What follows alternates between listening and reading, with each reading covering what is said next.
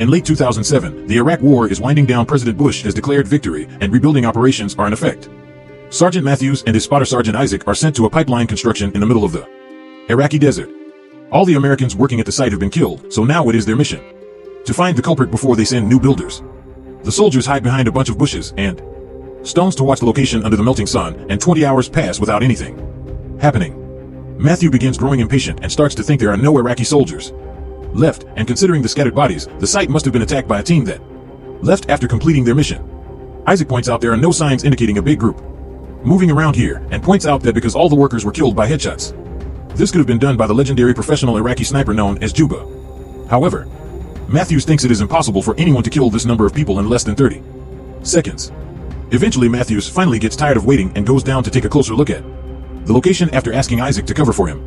Isaac explains his scope is becoming unclear, and Matthews teases him for not changing it sooner, but this one is important for Isaac because it used to belong to a fallen comrade.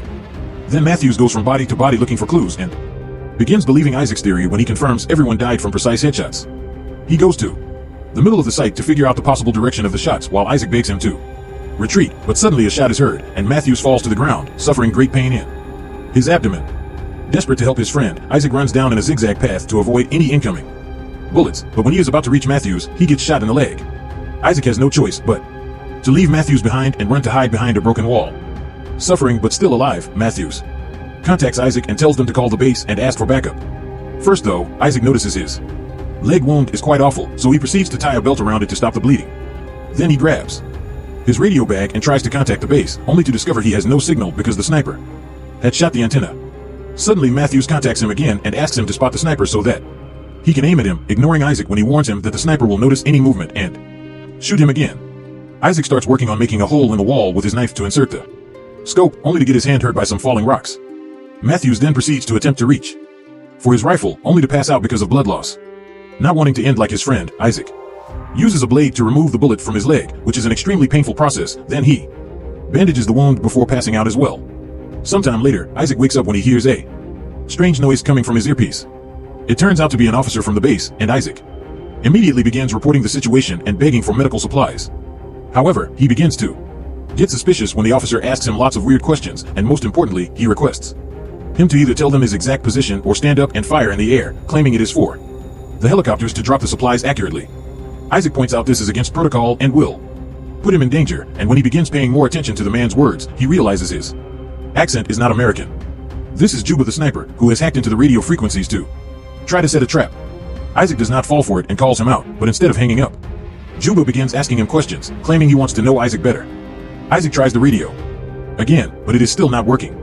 Juba insists on making his silly questions, and when Isaac refuses to chat back, Juba threatens with shooting Matthews again, which is risky because there is a chance he is still alive. Isaac agrees to chat for a while and asks Juba to go first while he begins drawing a map of the site on the dirt to calculate the bullet trajectory and find the possible location of the sniper. Juba tells him he is just a regular Iraqi citizen that wants to save his country and asks Isaac to tell him about his family, but Isaac points out that is too personal. Then Isaac makes fun of Juba's reasoning, saying that he is killing the people that are actually trying to develop the country by bringing schools, pipelines, and infrastructures that will boost the local economy. This makes Juba laugh, and he explains that the money made here will be sent back to the USA later. As time passes, Juba keeps asking questions, but Isaac continues to refuse to say anything personal about himself, making Juba threaten to shoot Matthews again. However, Isaac does not believe him anymore. To prove he is dangerous, Juba tells Isaac the name of the previous owner of the scope and that he is dead, quoting Matthews' earlier teasing. This means Juba has been listening to their conversations since they arrived. Using his scope, Isaac notices one of the dead men has a radio with them, and he drags his body to the edge of the wall, but not even using a piece of wood he would be able to reach it without exposing himself. Next, Isaac tries to drink some water from his bottle only to find it empty because of a hole in it, which Juba confirms he did on purpose. He also admits he did not miss any shots. He specifically shot the bottle, the antenna, and Isaac's leg in order to put Isaac in an unescapable situation and make him die slowly, which he will enjoy hearing through the communicator. When Isaac finds the bullet he took off his leg, he takes a closer look and begins calculating the weapon model Juba has by making some sneaky questions. He also calls Juba a terrorist, which makes Juba laugh again, as he points out that the Americans are the ones illegally entering a foreign country with weapons, ready to kill people. While Juba talks, Isaac does some more calculations and looks through his scope to finally reach the conclusion that Juba is hiding under a huge pile of trash. He has been under these harsh conditions for a long while, not to mention the overwhelming heat, meaning this guy truly is a professional. However, Juba denies being the famous sniper and once again claims to be a regular Iraqi man. Judging by his accent, Isaac guesses Juba must be a former U.S. Army officer that betrayed them, but Juba dismisses this as well and explains he only kills people that attack him first. In return, Isaac shares the story of how he met his best friend when he was a child and how they enlisted together later as adults. Soon dehydration and exhaustion begin having a hard effect on Isaac, who falls to the ground as he hears Juba tell him he will staple his tongue to his chest. Next, Isaac tries to trick Juba by putting a jacket and helmet on his rifle and waving it above the wall, but Juba does not fall for it. What does fall is the helmet landing on the other side of the wall, so now Isaac cannot protect his head either. Such a silly mistake is the sniping point and makes him cry. More time passes, and Isaac becomes desperate enough to try to take a risk. He runs towards a body lying on the ground and steals his bag and radio before running back to the wall as he dodges all the bullets Juba immediately throws at him. In the bag, Isaac finds water and some candy that he immediately devours, but unfortunately this radio isn't working either. Juba also punishes him for this risk by shooting at the wall and heavily damaging his scoper. Suddenly, Isaac hears some disturbance coming from his earpiece and realizes it is Matthews, who is still alive. Isaac yells the location of the sniper at him, and Matthews immediately takes out a piece of metal to use to look at the pile of garbage. While Matthews moves extremely slowly to grab his rifle, Isaac keeps the sniper distracted by making small talk, and he learns that Juba used to be a teacher in Baghdad. When his students got killed during an American attack, he decided to get revenge. The wall Isaac is hiding behind is the ruins of said school. Then Juba asks Isaac while he keeps carrying the damaged scope, but since Isaac refuses to answer, Juba threatens to shoot Matthews again. Desperate to save him, Isaac confesses that he keeps the scope in memory of his old friend, who died because of a mistake Isaac made, and he still feels guilty. In the meantime, Matthews places his rifle and blindly aims at the pile of trash, shooting at all the bullets he has as Isaac shoots as well too. Pretend the noise comes from him. When Matthews is about to reload his gun, Juba suddenly shoots him back, hitting him right on the shoulder. Isaac asks Matthews to crawl toward him to find safety behind the wall, but unfortunately when Isaac goes close to the edge to help, Juba shoots Matthews in the head.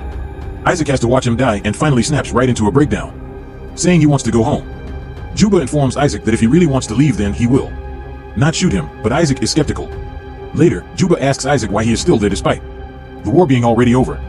Isaac pauses for a moment before replying he is there because it was he who killed his old friend. It turns out he accidentally shot his previous sniper partner while trying to kill an enemy, and Isaac has been lying to everyone, saying his friend had been killed by the bad guys. Suddenly, Isaac hears some noise coming out of the radio and rushes to check the signal, being happy to hear conversations going on. However, his happiness is short-lived because while he can hear voices, he cannot send any messages because of the damage the radio took. To Isaac's shock, Juba joins the conversation he is hearing, and the man uses Isaac's name to ask for help. Isaac finally realizes that all this time Juba has been hacking into American communications, pretending to be a soldier needing help to lure backup teams to the area and kill them all easily thanks to the surprise factor. Isaac tries to interrupt the conversation to no avail. Sometime later, Isaac wakes up to the painful feeling of a crow pecking on his leg wound. Seeing as even the birds think he is already dead, Isaac decides to take a risk and retrieves Matthews' rifle using some rope and a stick, then he aims it at the pile of trash.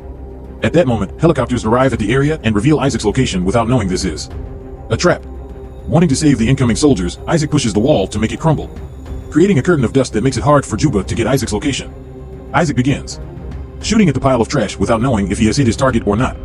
To find out, Isaac finally stands up from his position, and he is shocked to notice Juba is not using this chance to shoot back. This makes Isaac believe he has effectively killed Juba.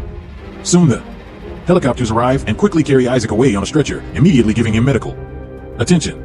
Isaac tries to tell them about Juba, but he cannot be heard because of the noise from the helicopters taking off. Suddenly, Juba starts shooting at them, killing the medical soldiers one by one before hitting the pilot as well. The helicopter quickly goes down and crashes on the ground, instantly killing Isaac and allowing Juba to keep his word. Technically, Isaac had not been shot. Then Juba hacks into the USA lines again and pretends to be an American soldier to lure his next team of victims.